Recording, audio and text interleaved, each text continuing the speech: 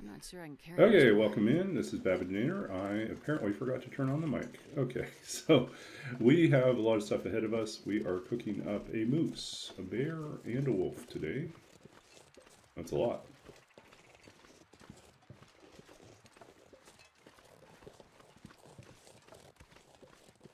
I'm trying to remember where we left the moose.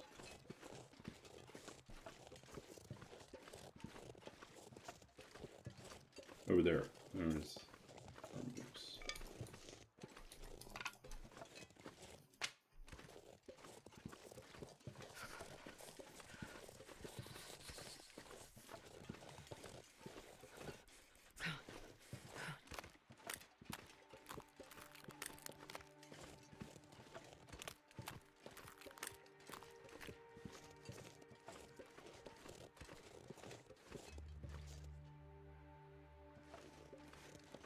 Oh, I see what we need to do here. Okay.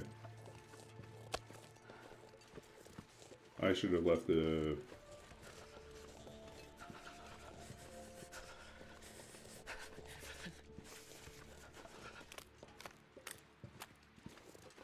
Okay, I did not plan this well. Okay, let's do this better.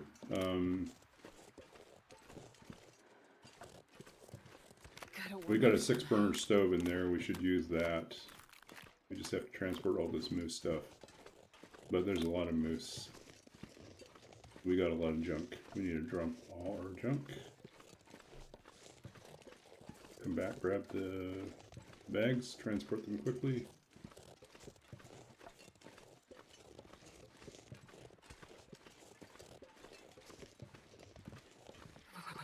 I've never felt so cold in my life.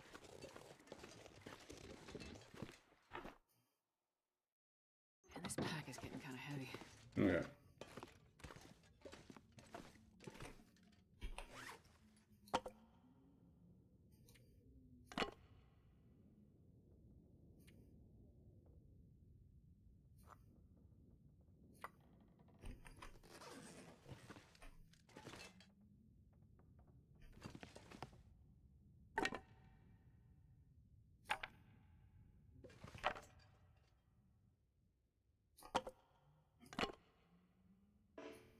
I stupidly dropped the tea in the middle of the wood pile.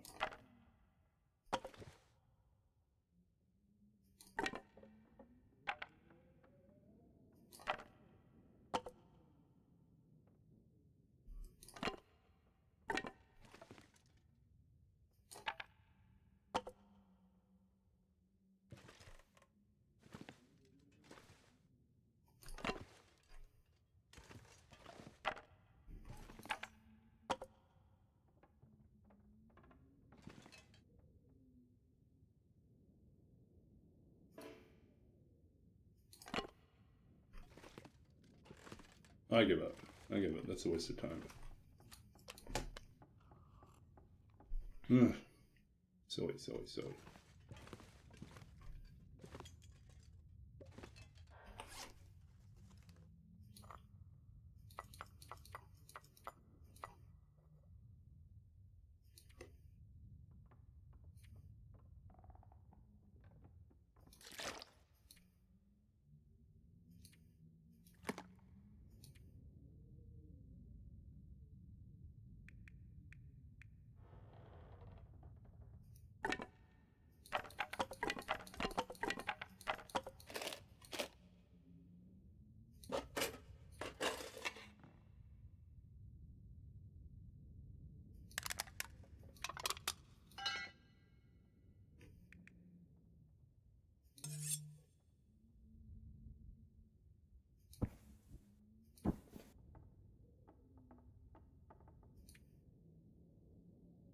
Yeah, let's see what we can get done over here.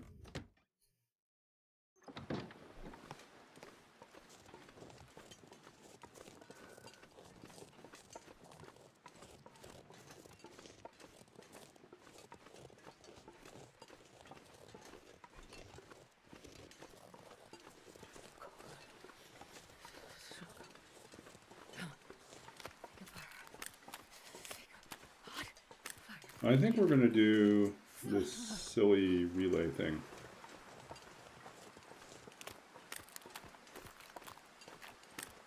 The cold is making my head feel thick. Okay, so this is one thing you can do here.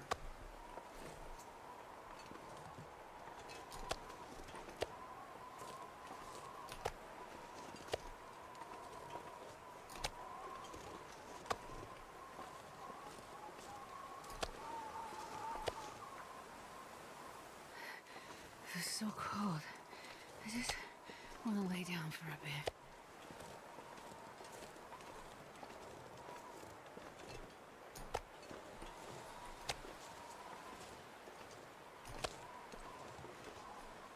I wonder if I can drop any of this gear. Actually, probably moving faster would take 2, 3. No, we can't do 3.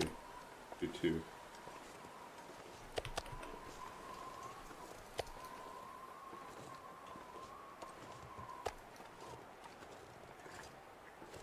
Oh, I'm starving.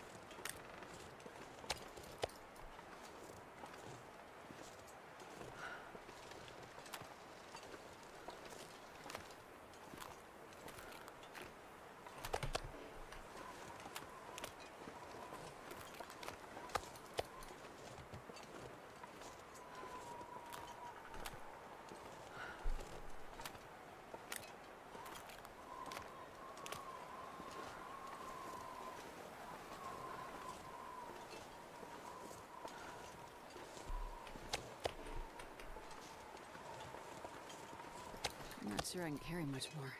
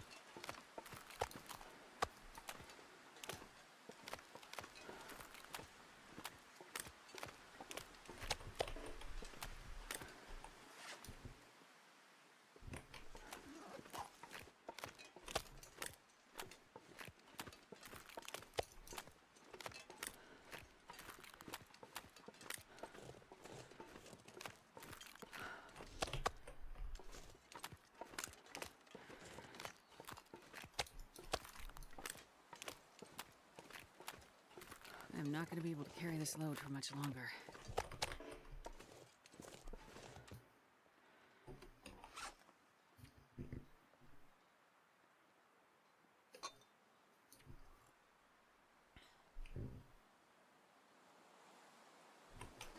Okay.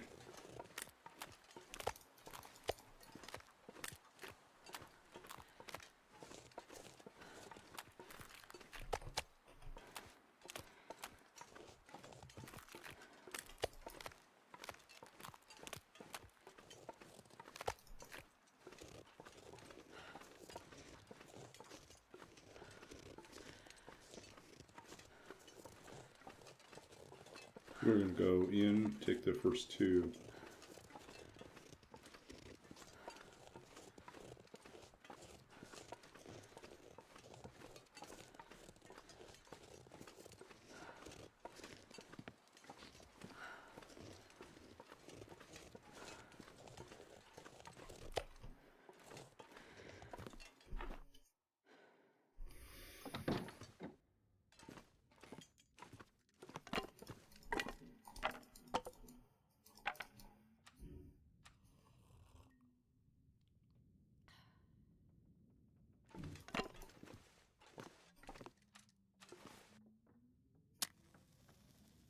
Man, this pack is getting kind of heavy.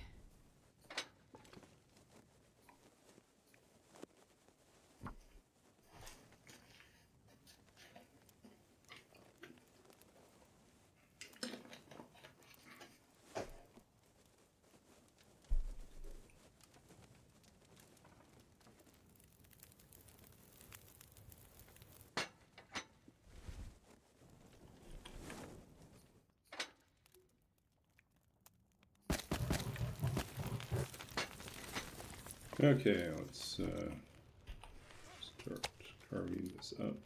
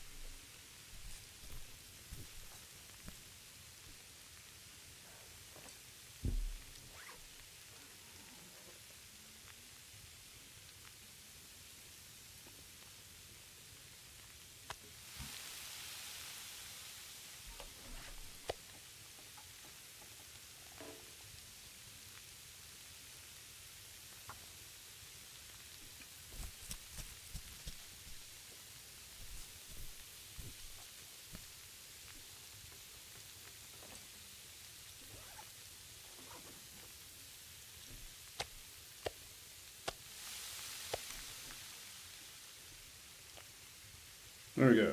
No longer worried about losing our well-fed.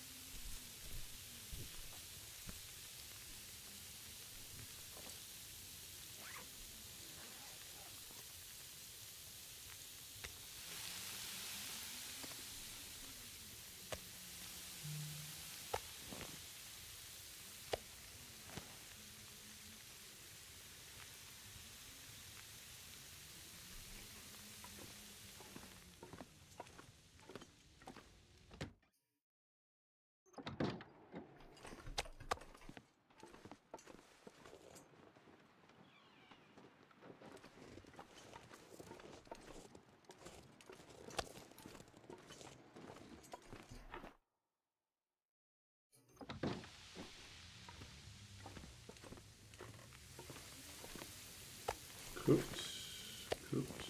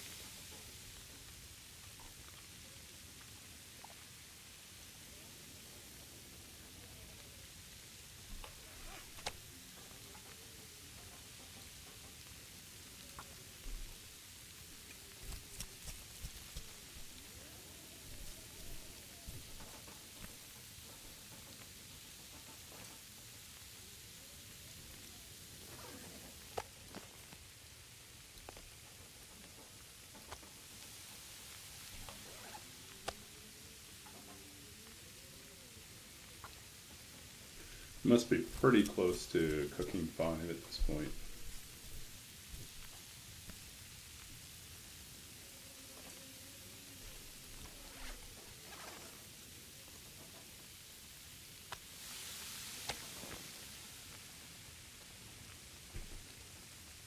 Yeah, we're just about there. As soon as we get to cooking 5, we no longer have to do short, small pieces. We can start mass, just processing all the meat quickly.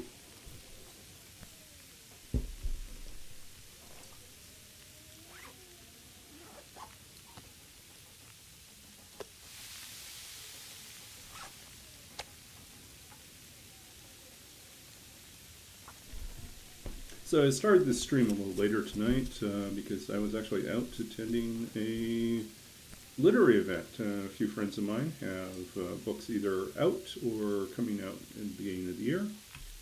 So I thought I'd go and support.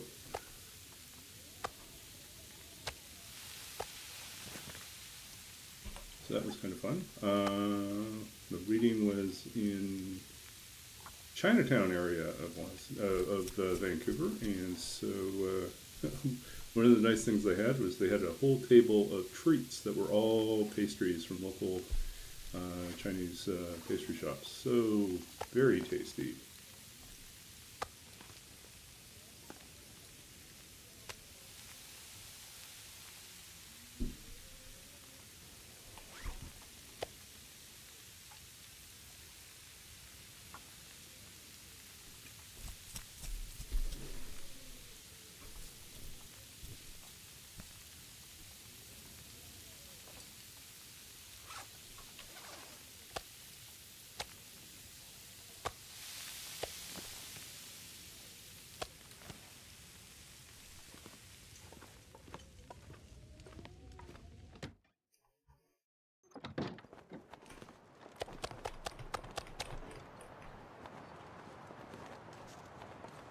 Okay, next up we have to grab more bags, bring them in.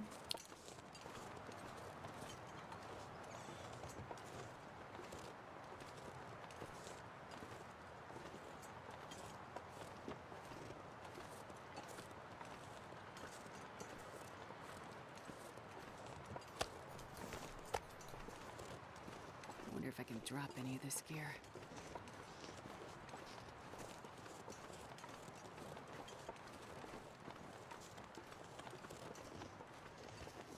I'm just going to rush them all up here.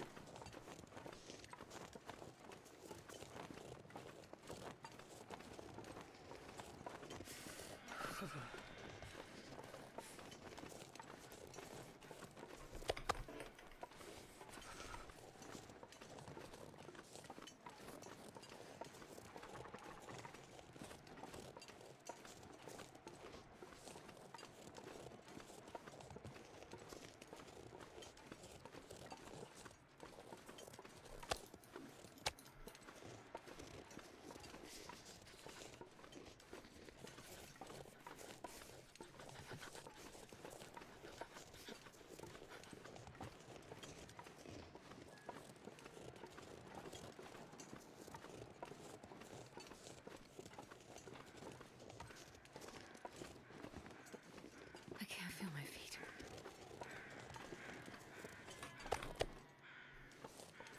Okay, last one. Are we out of water? We're out of water. Or we dropped our water, in case may be.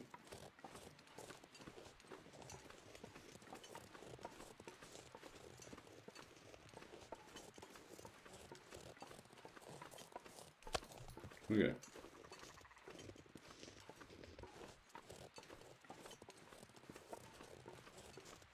Damn, I'm freezing.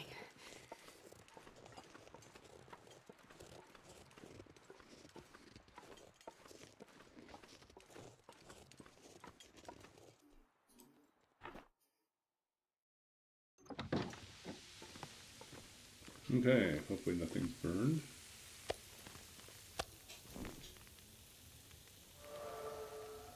There we are, cooking 5.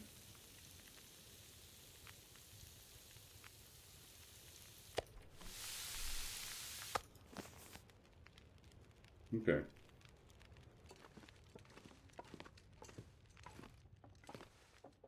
I'm not sure I can carry much more.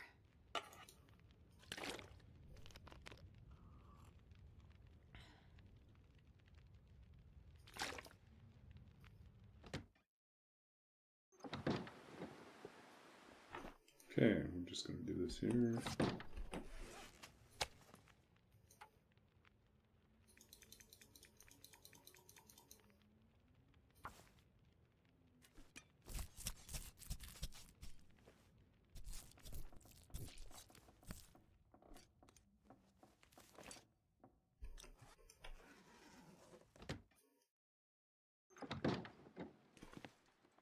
Okay, so drop these guys.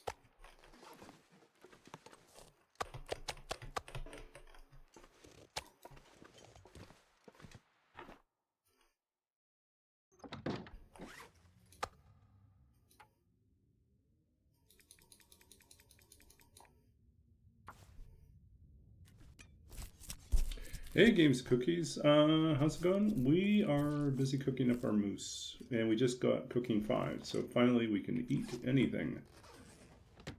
That is a great turning point in the run. So, like, yeah, last stream we finally found the bedroll, and this stream we got cooking 5 already. So that's good news. I'll take that.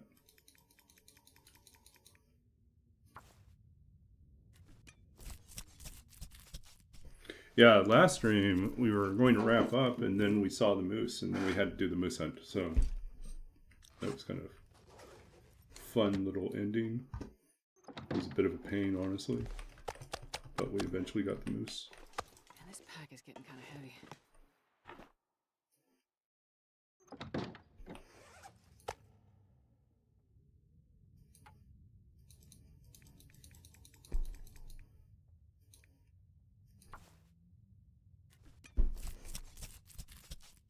We're still missing some arrows. I don't know where they all are.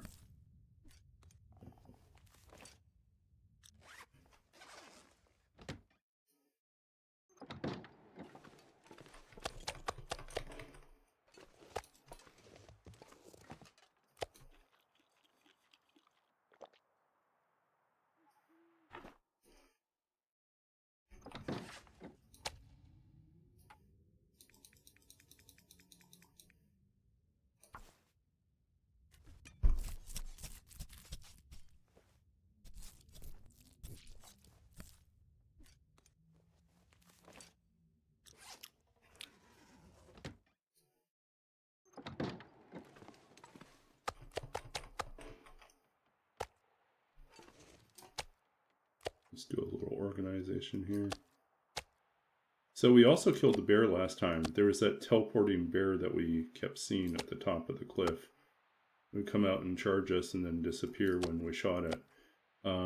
Apparently it eventually did bleed out, so it is dead somewhere, and I have no idea where. So we will probably never see our arrows from that bear again. Might be down. We might have to climb down to get there. Maybe. But I don't know if it's worth it.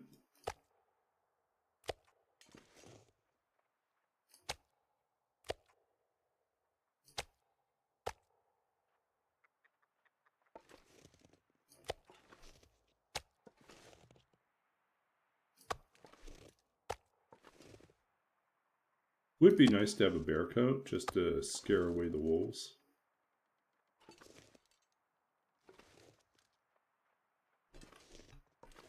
Then again, we can eat wolves now.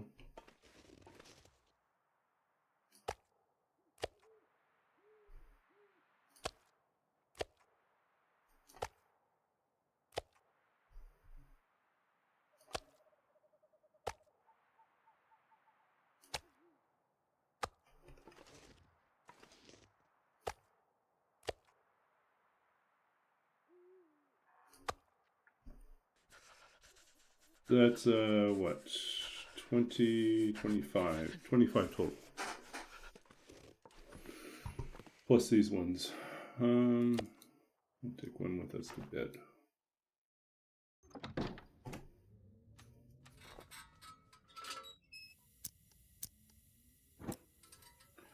Yeah. Yeah, I can read poem. We're just going to load up on our stuff here.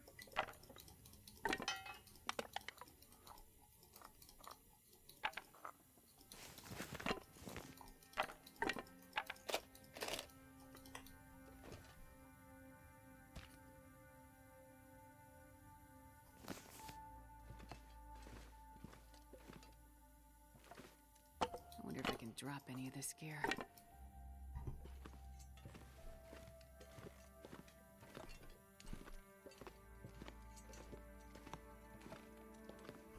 I'll just take Astrid upstairs to bed, and then we'll read something.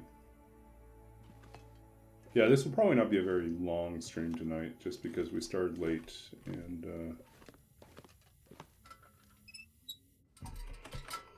it's been a long day.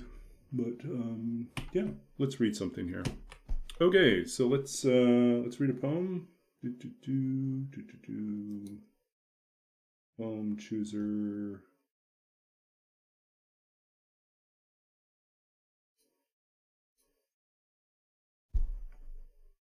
Loop. Oh, you know what? We haven't read that in a while. Okay, let's do that. So this comes from my second book of poetry, from Babbage's Dream, published by Sundress Publications in 2017. This is a poem called Loop. Okay, lots of interesting references in here. And it ends kind of weirdly, but hey, that's all my stuff. Loop. Here is the key and the kite and the string that winds its way to heaven, or so we suppose, one thing circling back on another, returning. The pattern is always set in advance. The corner turned, we find the same sore fronts, the same blank-eyed windows of banks. Not destiny, just our inability to escape ourselves and what we've written. Rain returning to the river, lightning to the hand that calls it home. All late summer, the sparrows in the dark skies, the rise and fall of kingdoms of waves on the lake shore. The body of the world breathes in and out, and we believe, as Babbage says, that what we've seen in the past will somehow determine what comes next. How his guest hovered by the engine in the front parlor, churning its continual flow of numbers into a miracle when at last its tally leaped, seemingly unbidden by a millionfold. The scope of the spiral larger than any had imagined, the rules different, unknown.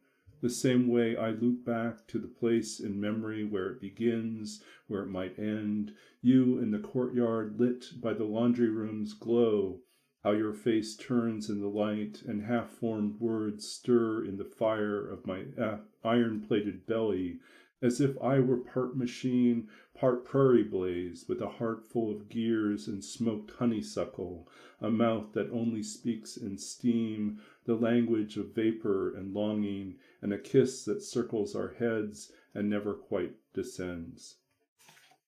Okay, so yeah, that was Loop. So lots of stuff going on in Loop.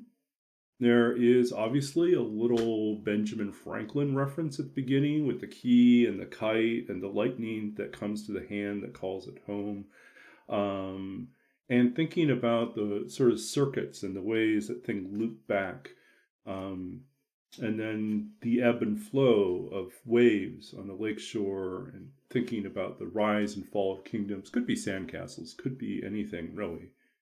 Just the echo of breathing throughout the whole thing. And then thinking about Babbage, Charles Babbage would host in his salons, in his big parties. He would sometimes have, a fragment, this portion of the difference engine, his first machine.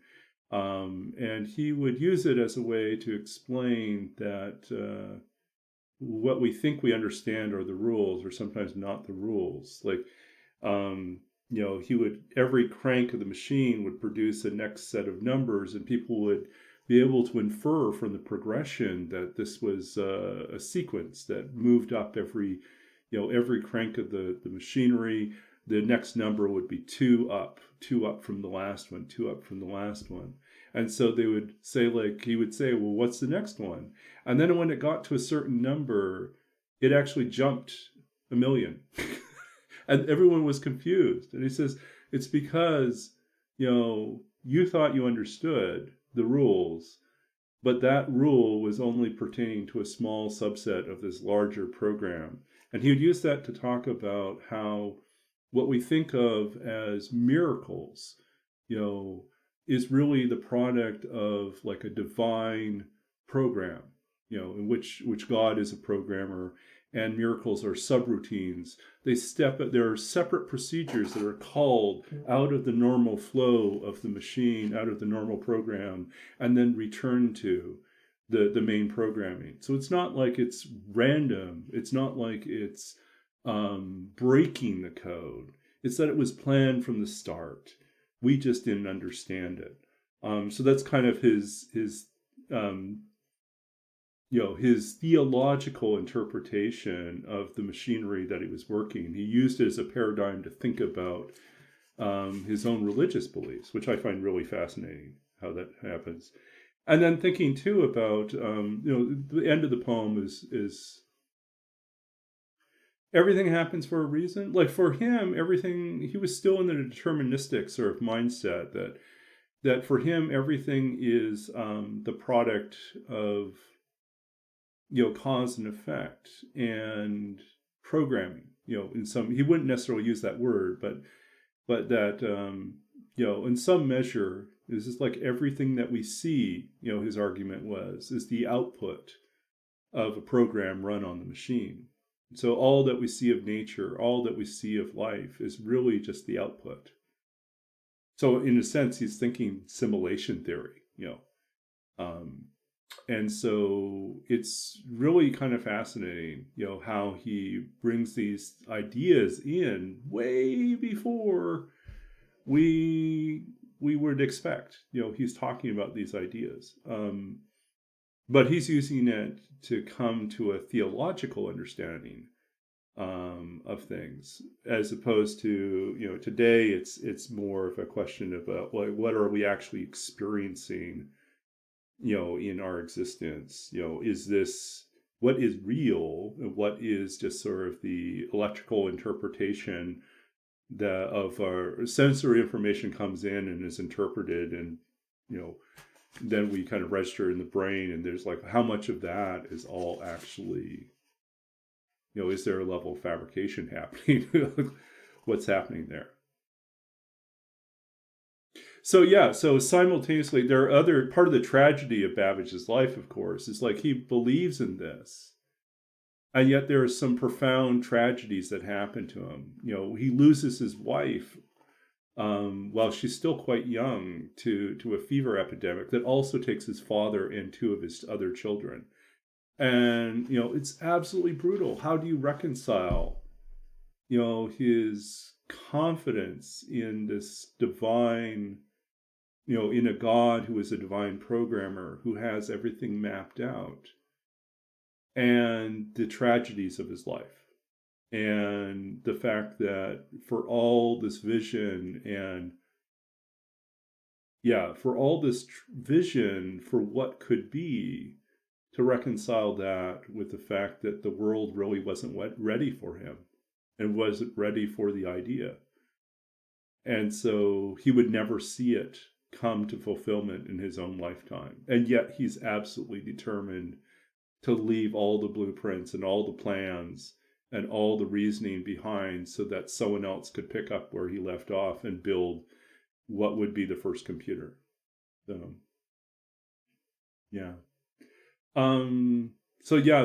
Babbage is deeply fascinating as a human being.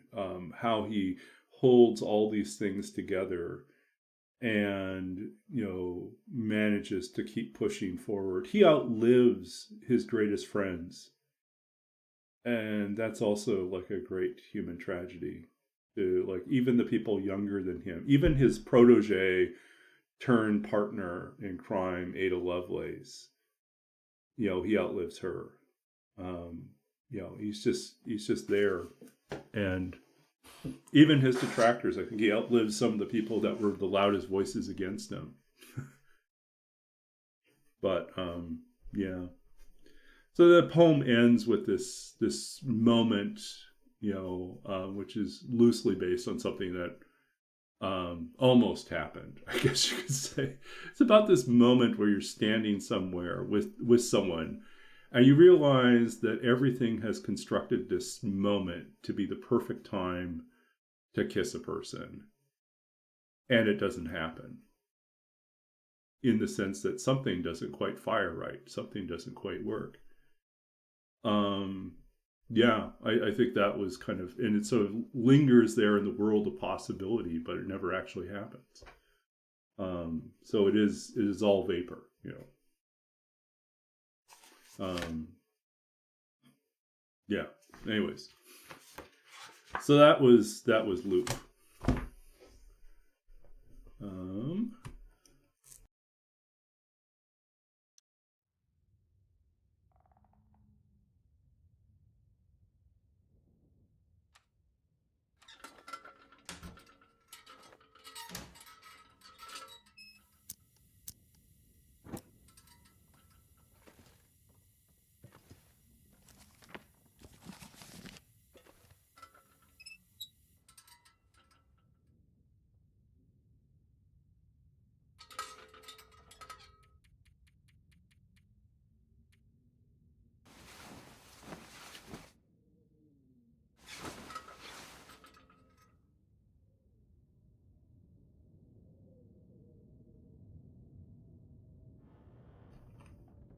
oh, apparently I hit the wrong button. Okay, always a pleasure. That's what I was saying. Always a pleasure to read poetry. Thank you for the request. I think when I went to switch the scenes, I hit the wrong button and muted myself. So.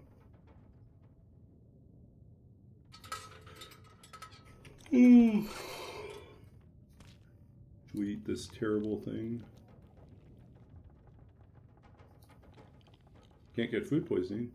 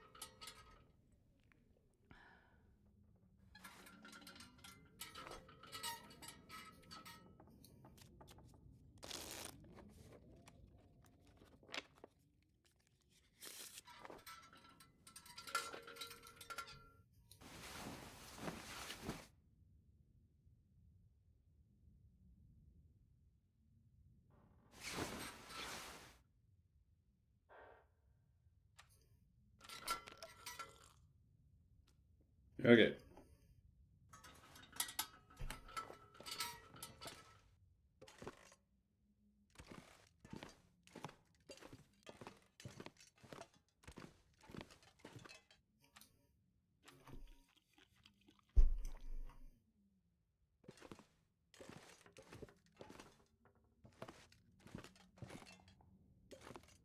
Okay, let's see. Where are we at with curing stuff?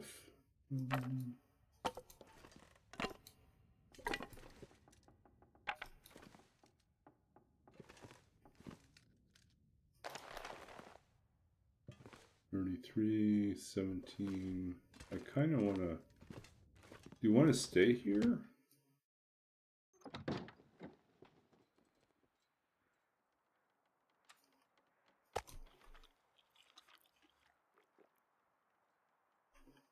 How much firewood do we have? 9 pieces. Cabin fever is bad right now.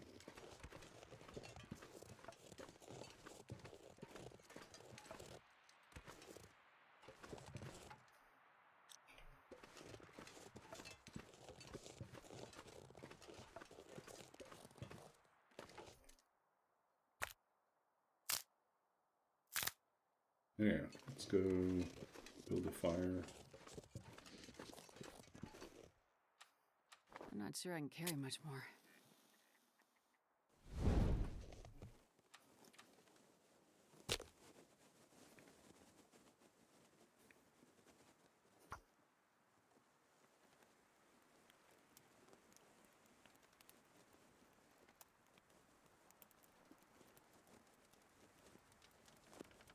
Come on, little fire.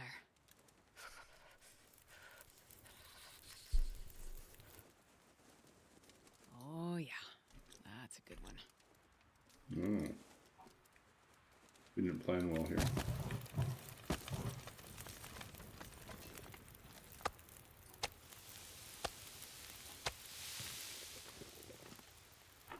I can't feel my hand.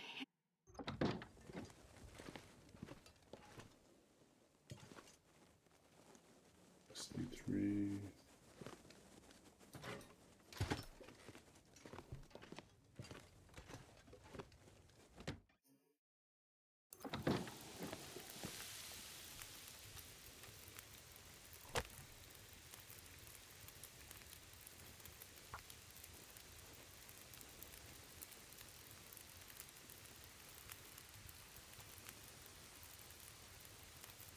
Come on, little fire.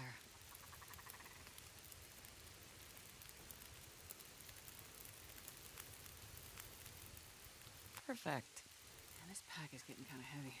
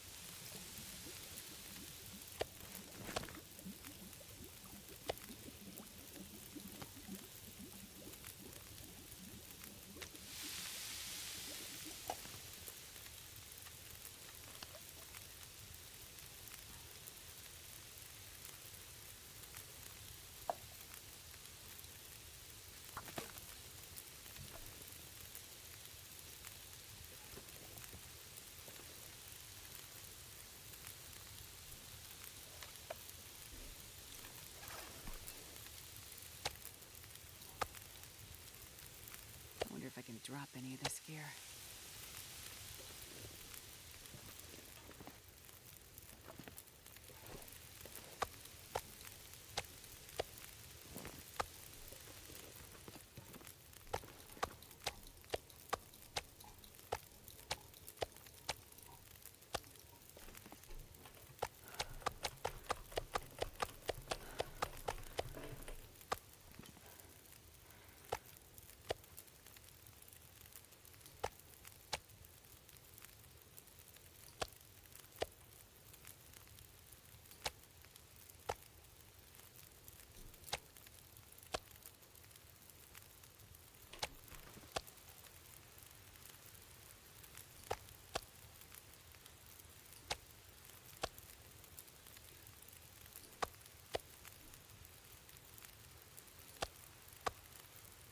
So today was a pretty quiet day. I spent most of the day researching how to do a particular thing for work. The problem is, like, the thing I need to install, there's no tutorial or walkthrough for, except for something that was written 5 years ago for potentially a different system. So yeah. So I had to transcribe the instructions and then go through and decipher what they were trying to do, and then figure out how much I can take care of without having to, well, hopefully there's an easier way to do it. But it's basically developing a workflow so that other people can do this thing in the future.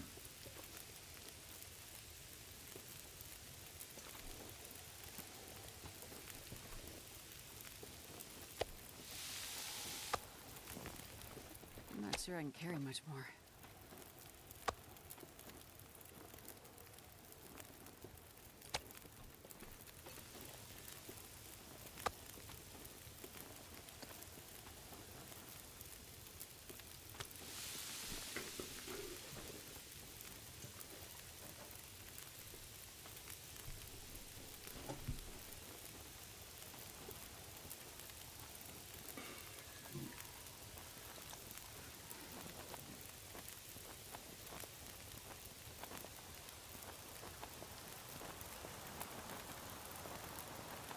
Don't knock our fires out, man.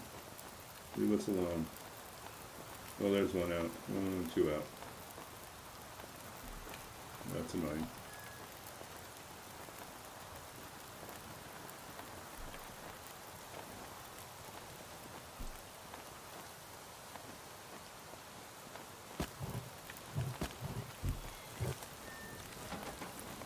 See if we can squeeze a little bit more time out of these. Nope. That's a no.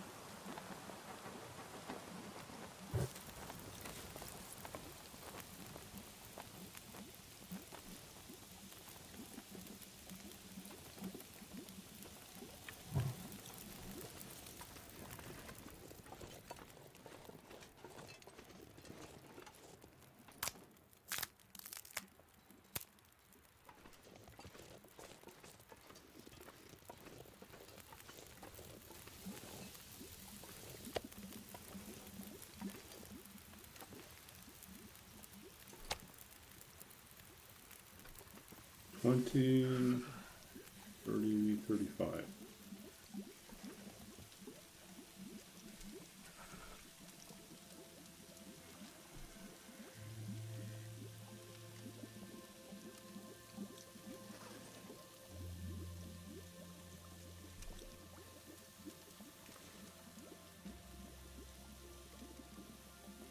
And this pack is getting kind of heavy.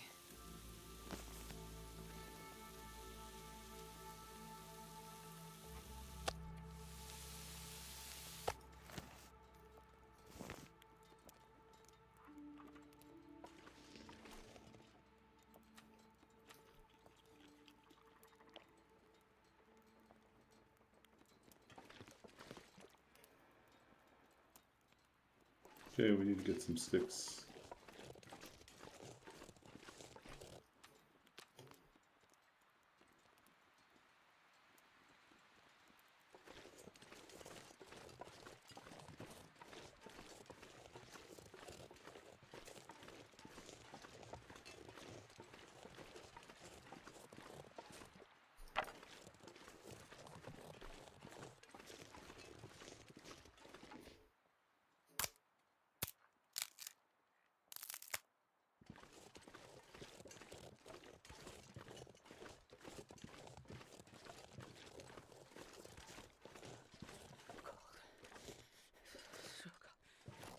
Oh, there's one of our arrows. Hot fire. Yeah. Where's our bear?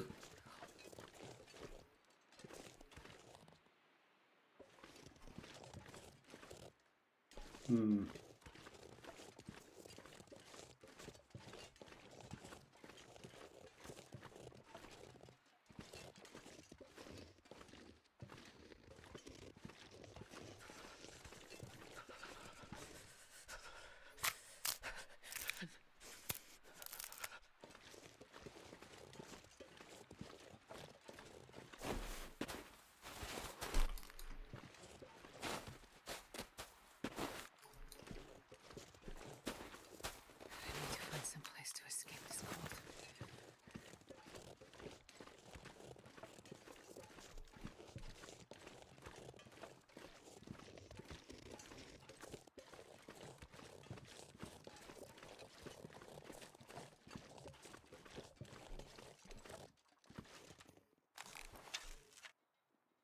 Oh, so cold.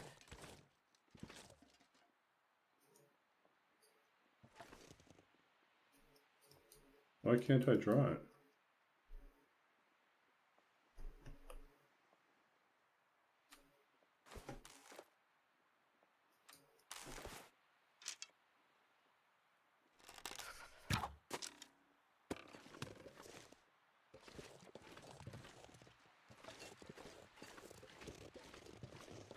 Oh, there he is.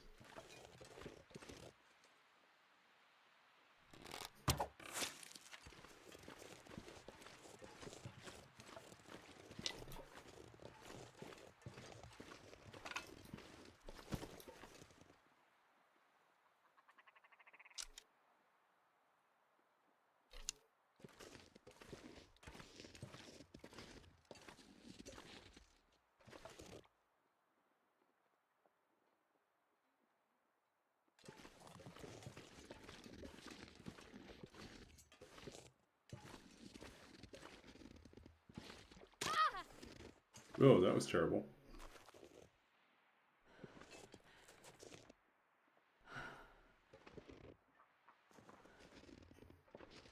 I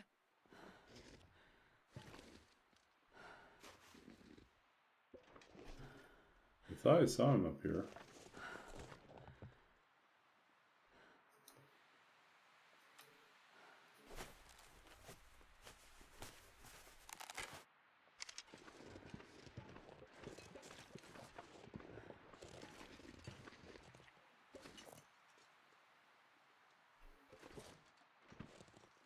I want to make one of those warming pads for Astrid.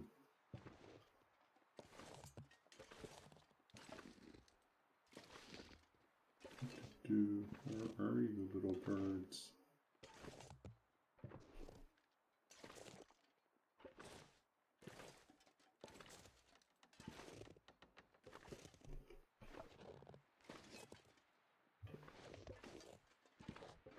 I don't know. Can't see them.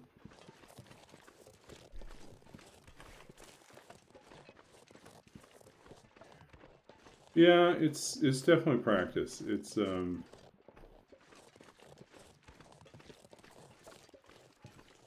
I'll be honest. Like you want to see how bad my aim is when it comes to throwing rocks. I think this is it.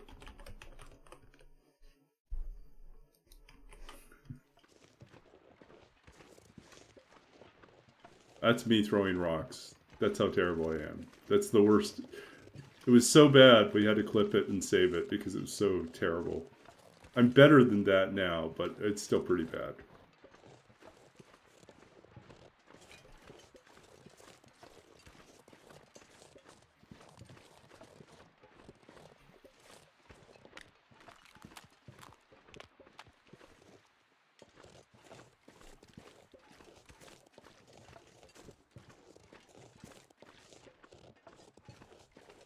Do I have arrows up here?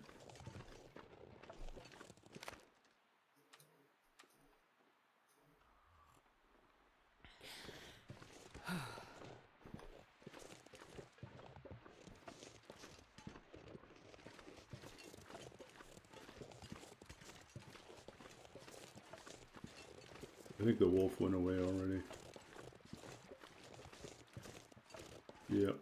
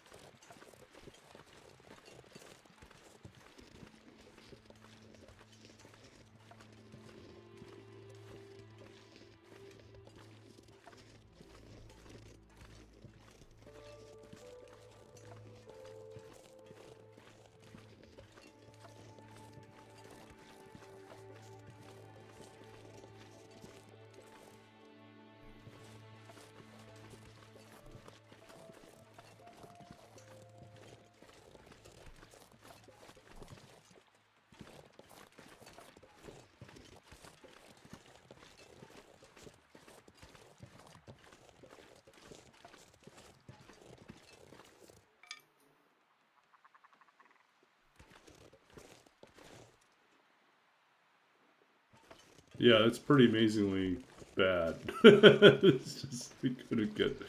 I really kept throwing and throwing and throwing. I couldn't get anything. I just frustrated.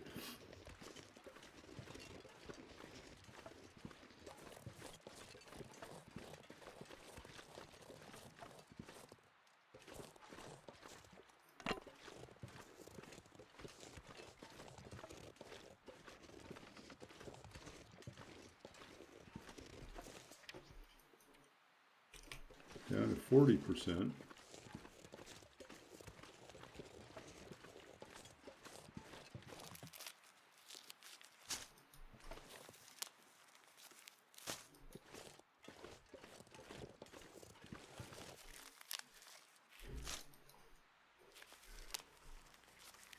I am much better with the bow than I am with rocks. I was reading on Reddit earlier this week. Someone was talking about like, why would anyone hunt rabbits with a bow? And I was like, thinking because I'm so much better with the bow than I am with rocks. I know in theory you should just be able to creep up to the rabbits and throw rocks at them. I still somehow manage to mess that up half the time.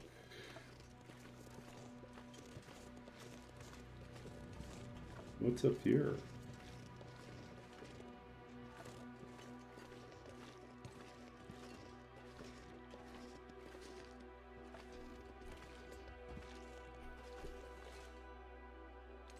Guess we can't go up there.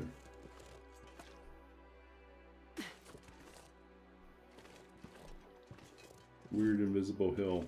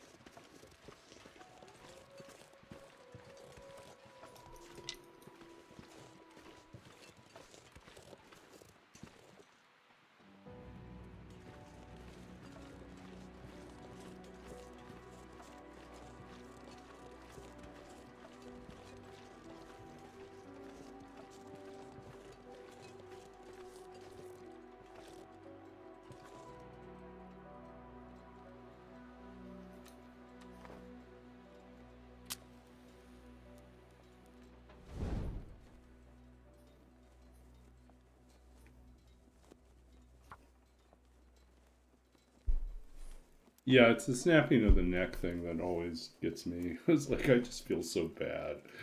Like, squish. It's like, Come on, little fire.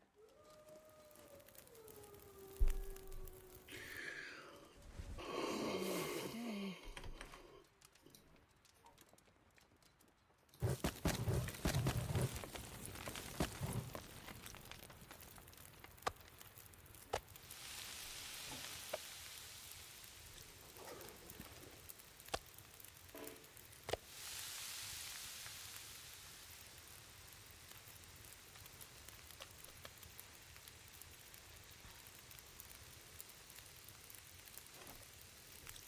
okay, we need a couple more sticks.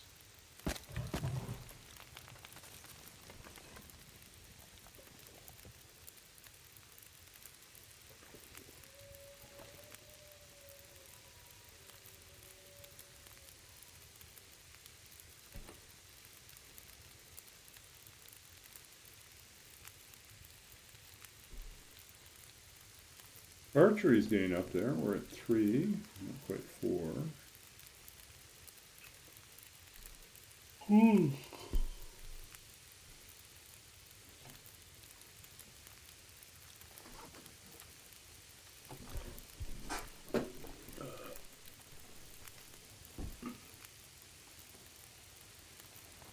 Oh, here comes another storm.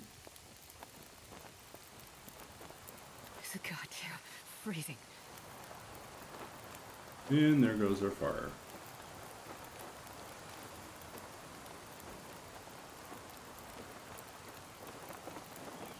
I mean, that's how we all learn, right?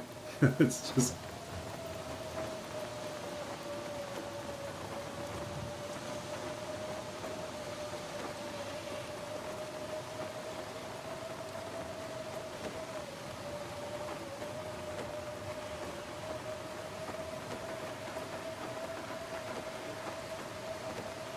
Yeah, can't save this fire.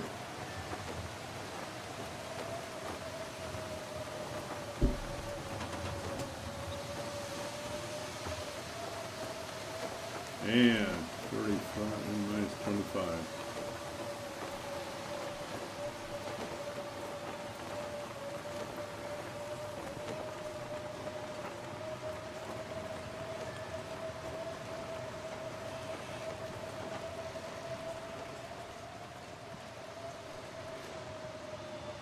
You can put a fire in here.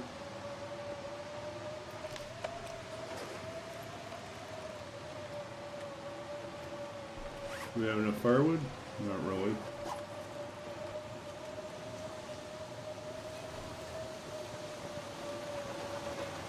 Go inside. Get some firewood. I wonder if I can drop any of this gear.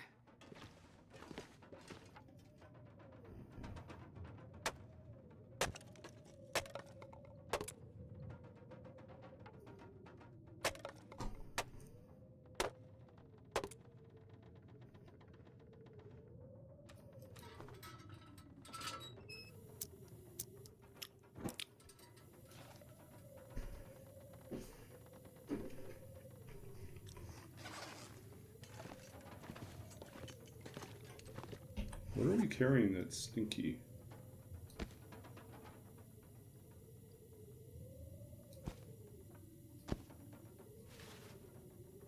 Oh, we got the ptarmigan.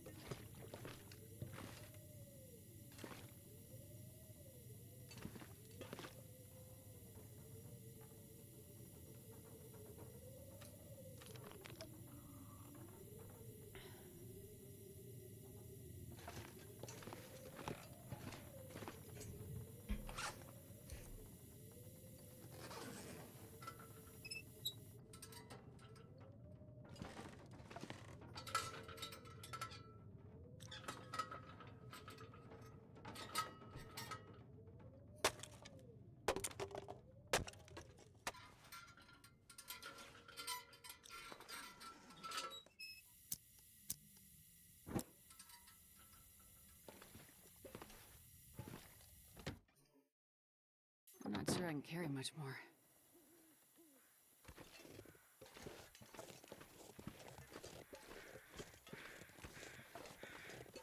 I'm going to try to spend some time in the back shed there.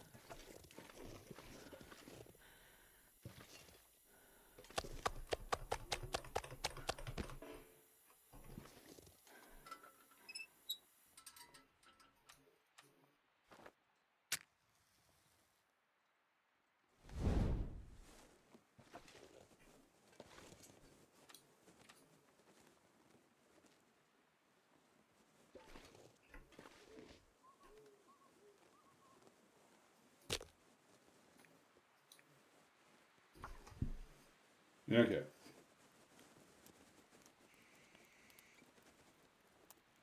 Come on, little fire. Come on.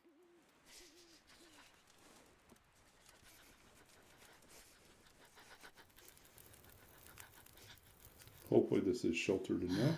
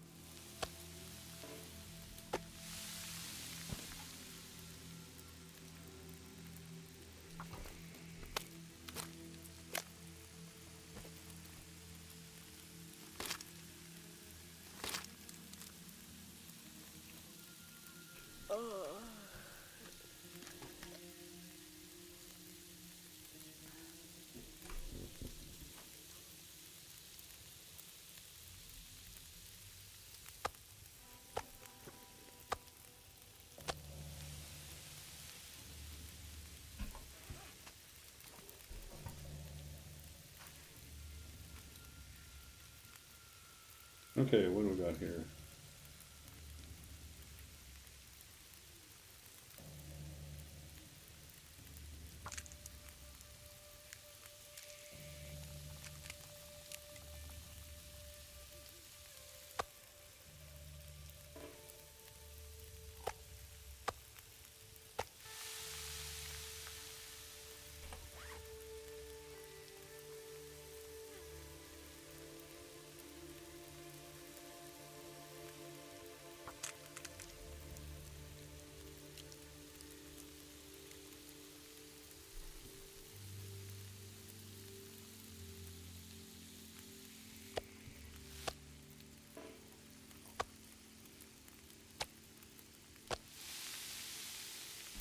$7.41. We can finally make our. That's 2 hours. It's not going to happen. 1.6 hours. Nope.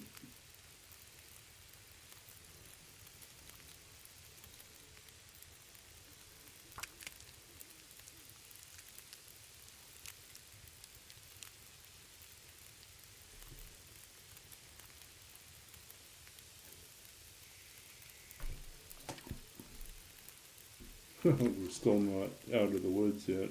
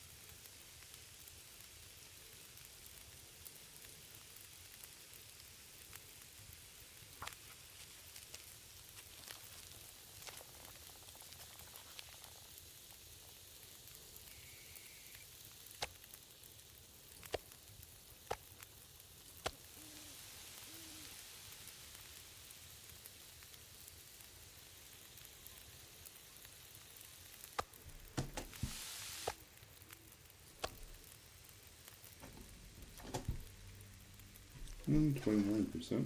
Getting there.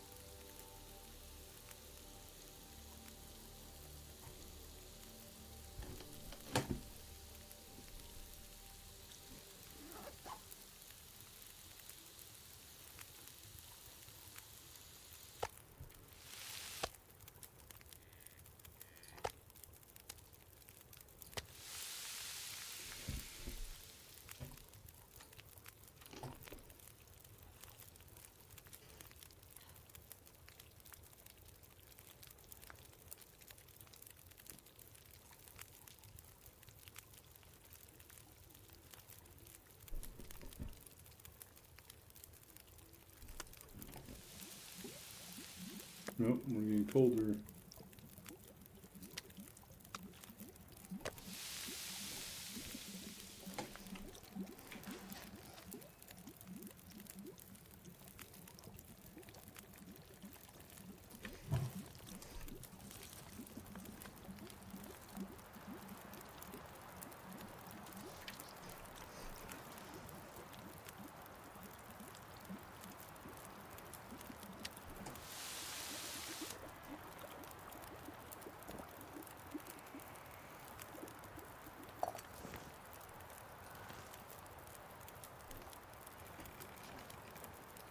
Uh, 15% left. We're so close.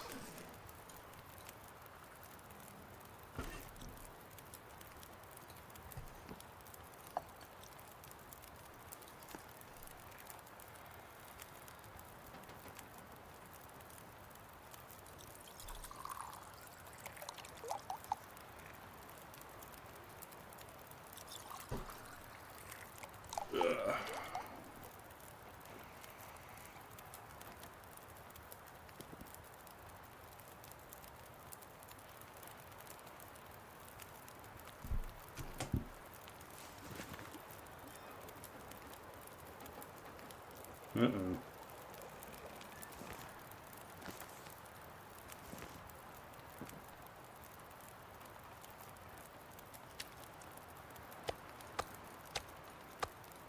This pack is getting too heavy to carry.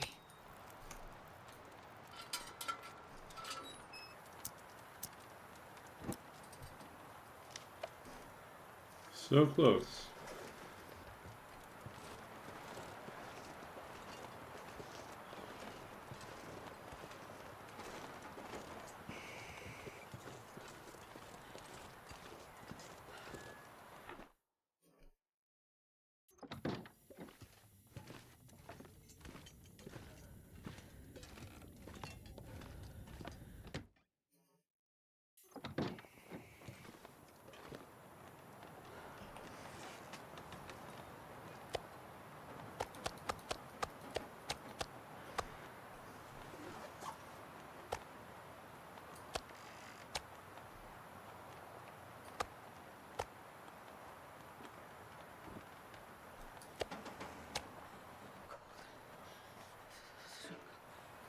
Come on. Take a fire.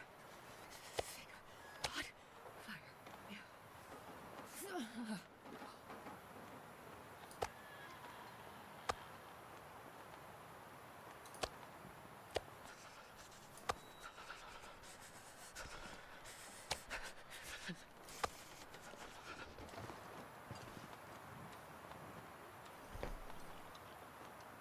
Okay.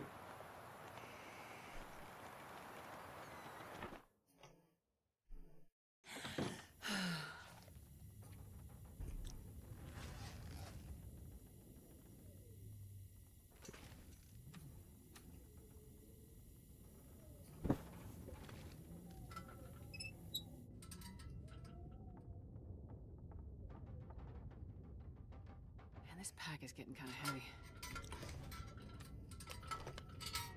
Okay, I guess we're going to wrap up here soon.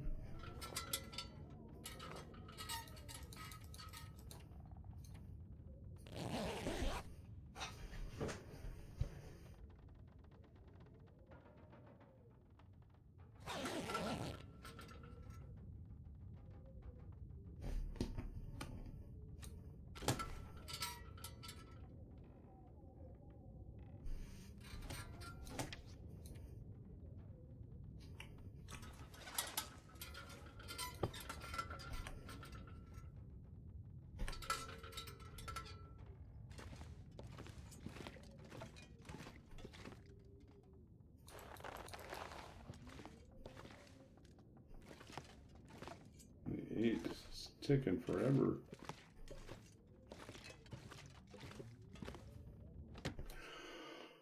Oh, that's a big wind.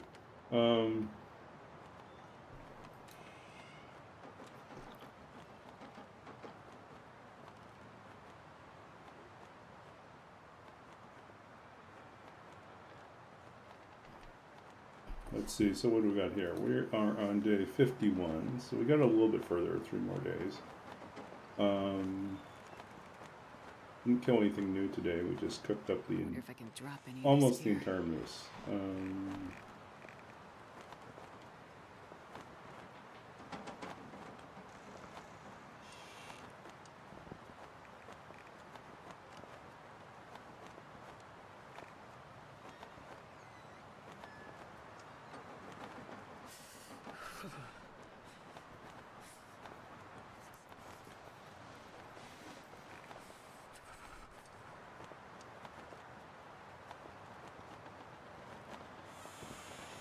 We've still killed 0 deer. That's so bizarre.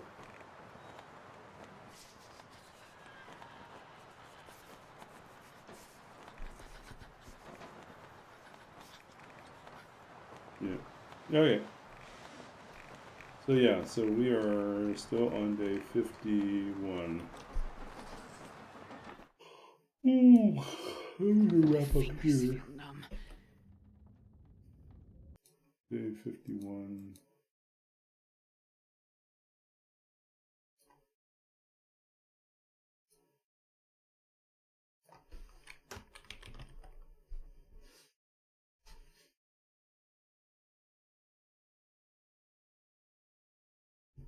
Actually, I guess the other thing we could do right now is we could make our installation here.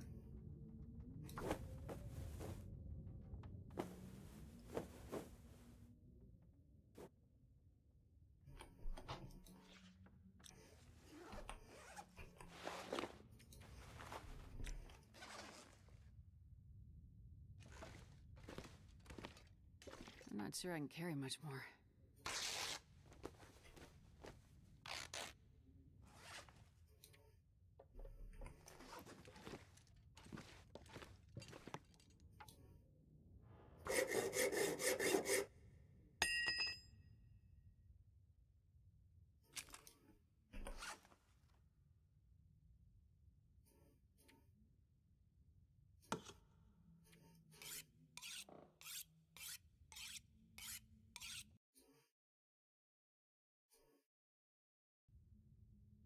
Yeah, we got the moose at the end of last stream, at the very, very tail end of last stream. So tonight's stream really was just cooking the moose.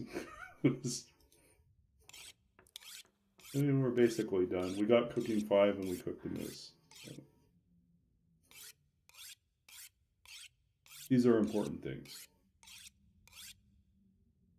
Oh, we killed another ptarmigan. I guess we can add that.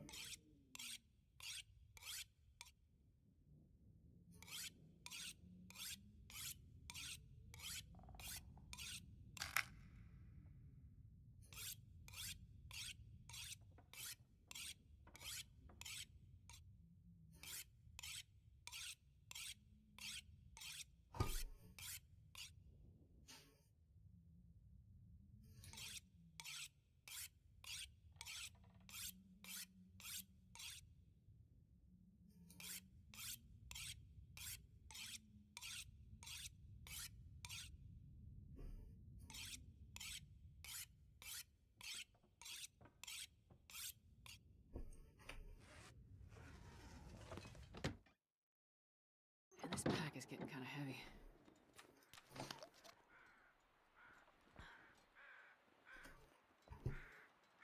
Okay.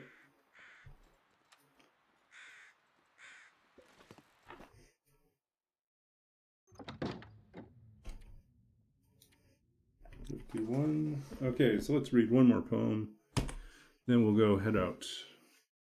I'll wrap up. Go read someone.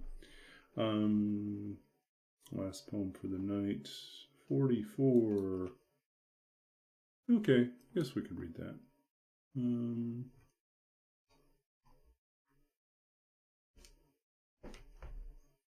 So we talked about, we did Loop. I'm going to do one that's not in either of the books, but is part of more recent material, which I have not finalized into a book yet. I think, I don't know, I keep toying with different ideas for how to organize this and what poems I still need to write.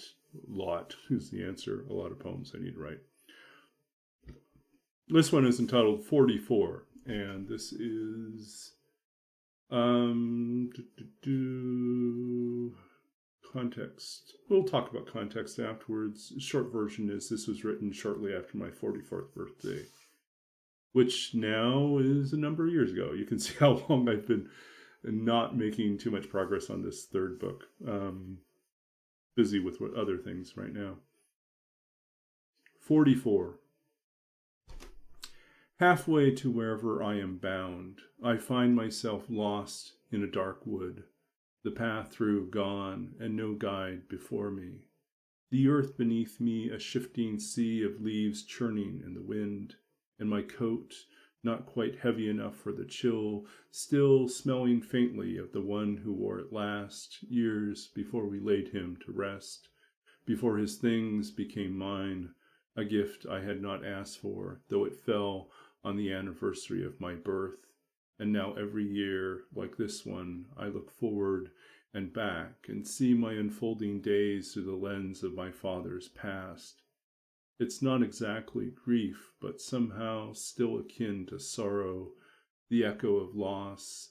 In another language, this year sounds unfortunate to the ear, the doubling of death and dying, a mirror that sits midway through a life, or perhaps a labyrinth where one might stand at a juncture, in one hand a torch, in the other a wadded paper ball filled with unspoken names, how it trails behind, unfolding itself into a ribbon that rises into the darkness, binding itself to something I cannot see. So the thing to note here is that four in Chinese, and actually in a number of Asian languages, which take their origins, the cultural implication of four. Four has the same sound as death. And so Chinese people avoid the number four whenever they can, especially when choosing phone numbers or addresses or license plates. Four is really, really unlucky. So my 44th birthday was like kind of like that sort of, the doubling of death. My birthday is an odd experience for me every year now, because on my 33rd birthday, my father passed away from ALS. The night before, we had a gathering at the hospice. He was in hospice at his hometown back in Penticton, BC, where he had retired to with my mother. And in the year that he had retired, he had rapidly declined. He retired fully intending to work as a genealogy educator, presenter, traveling and lecturing. That was the plan. But like within months, things started to go wrong, and motor skills, other things started to not go right. And it became clear something was not right with him. There's no test for ALS. It's just a process of elimination. So basically for like those 7 or 8 months, we just watched as things got worse and worse, like his body shutting down around him while his mind stayed perfectly active. And so the night before he passed away, which we didn't know he was going to pass away on my birthday, under the pretense of having a birthday party for me, we had actually invited all his old friends that he grew up with and relatives that were able to make it out. And everyone gathered at the hospice. And my father had always been, growing up, he was always involved in music and in the arts. And so a lot of his friends were storytellers and singers and musicians. So we had like this big celebration, kind of an open night, not quite we had an open mic sort of thing where people would come up and they would perform different things.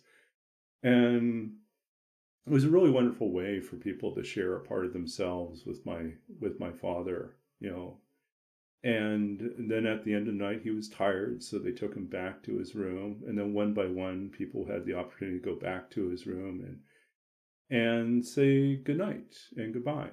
And I think it was really good to have that type of closure.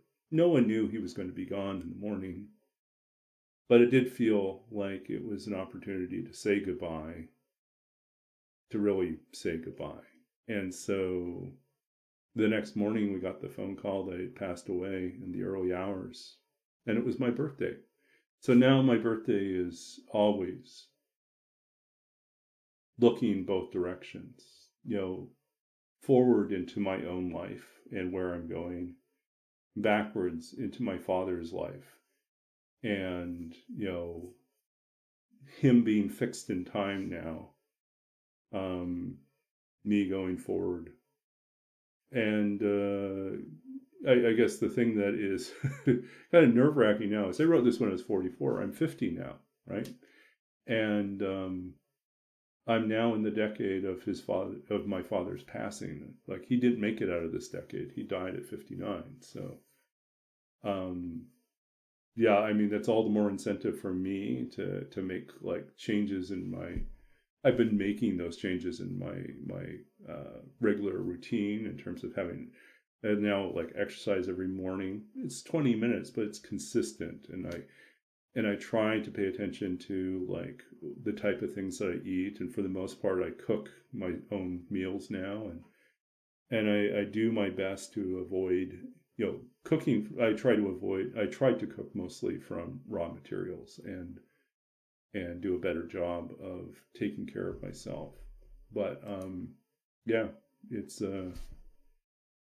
definitely that looking both ways. So there's that. And there is a nod at the beginning here, like a lot of poetry has references to other things. Halfway to wherever I am bound, I find myself lost in a dark wood, the path through gone, and no guide before me. That's a riff on the start of, that's, that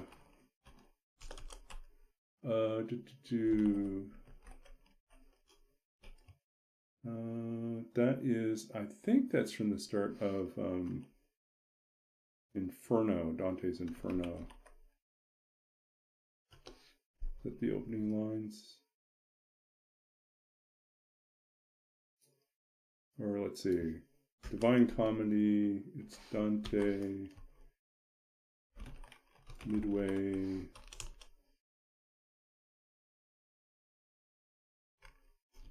It is Dante's Inferno, I think. Yeah. So, like, one of the translations of the opening stanza for Dante's Inferno is midway through the journey of our life, I found myself in a dark forest, the straight way lost. And that's like, it's simultaneously, like in the Italian, apparently, it simultaneously can mean like at the midpoint of my journey, like a physical journey, but it can also mean the midpoint of our lives journey. So at my midlife, I found myself in a dark wood, which could be a metaphorical dark wood, or it could be a real, literal dark wood. The straight way, or the straightforward way, lost. Like he didn't know the path anymore, which way through, which was the right way, he didn't know. So the speaker in Dante's Inferno, which is really just Dante, because it is kind of fan fiction, Dante's Inferno is basically caught at this midpoint where he looks for a path forward and he doesn't know which way to go. And eventually he does get a guide, but not at the start. Okay, so let us figure out where we can go. I've been up too late.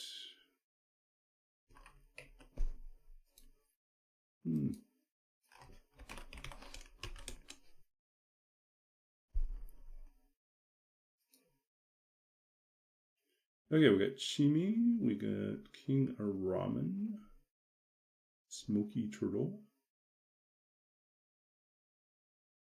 Yeah, I guess we'll go visit Chimi.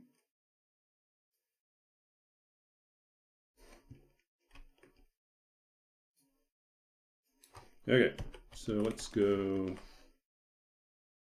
visit Chimi. Thank you all for hanging out with me tonight. I know it might just be me, but appreciate all of you hanging out with us. Thank you for being awesome people. We'll be back, I think, maybe tomorrow. We'll see.